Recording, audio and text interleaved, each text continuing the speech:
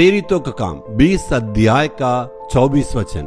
परंतु मैं अपने प्राणों को कुछ नहीं समझता कि उसे प्रिय जानो, वरन ये कि मैं अपनी दौड़ को और उस सेवकाई को पूरी करूं जो मैंने परमेश्वर के अनुग्रह के सुसमाचार पर गवाही देने के लिए प्रभु यीशु में पाई है। जिस काम के लिए मसीह यीशु ने मुझे पकड़ा है, उस काम को पूरा करने के लिए मैं अपने दौड़ को पूरा करूंगा जो बुलाहट मसीह में मैंने पाई है। यहाँ पर देखिए, एफिसु में जाने वाले जाकर वहाँ के सेवकों को बुला के पौलुस वहाँ बातें करता है और कहता, वो जानता है मैं यरूशलेम में जाने वाला हूँ, वहाँ पर मेरे लिए उपद्रव और बंधन और निंदा अपमान को सहना पड़ेगा, मार खाना पड़ेगा, लेकिन जिस बुलाहट में परमेश्वर यीशु ने मुझे दी है उसको मैं किसी भी हालातों में पूरा करना है। इस उपद्रव को मैं खुशी से सह लूंगा, इस दुनिया की सारे निंदा अपमान को मैं सह लूंगा। इसका मतलब क्या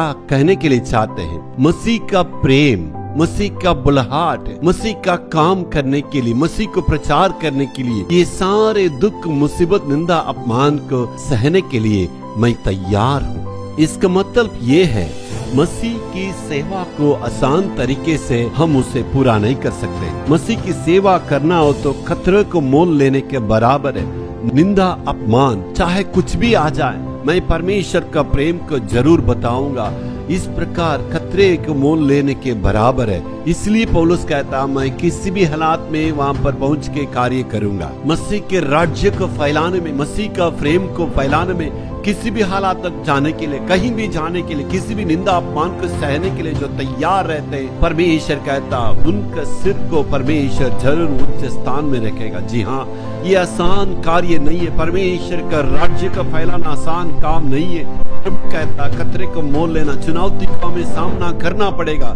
नौजवान बेटे बेटियां से कहने के लिए चाहते हैं, हमें परमेश्वर का कार्य को करने के लिए आगे बढ़ना चाहिए। आज माँ बापों से मैं पूछने के लिए चाहते हैं, कितने लोग इस साल की शुरुआत में अपने बच्चों के लिए ये सिखलाएं, परमेश्वर का राज्य को फैलाना है। परमेश्वर के राज्य को फैलाने के लिए दुख मुसीबतों का सामना करना होना पड़ा तो जरूर उसके लिए हिम्मत के साथ आगे बढ़ना। यदि ऐसे सिखाने वालों के लिए मैं कहने के लिए चाहता हूँ, प्रभु जरूर आपके बच्चों को ऊंचे स्थान में रखेंगे। हालेलुया।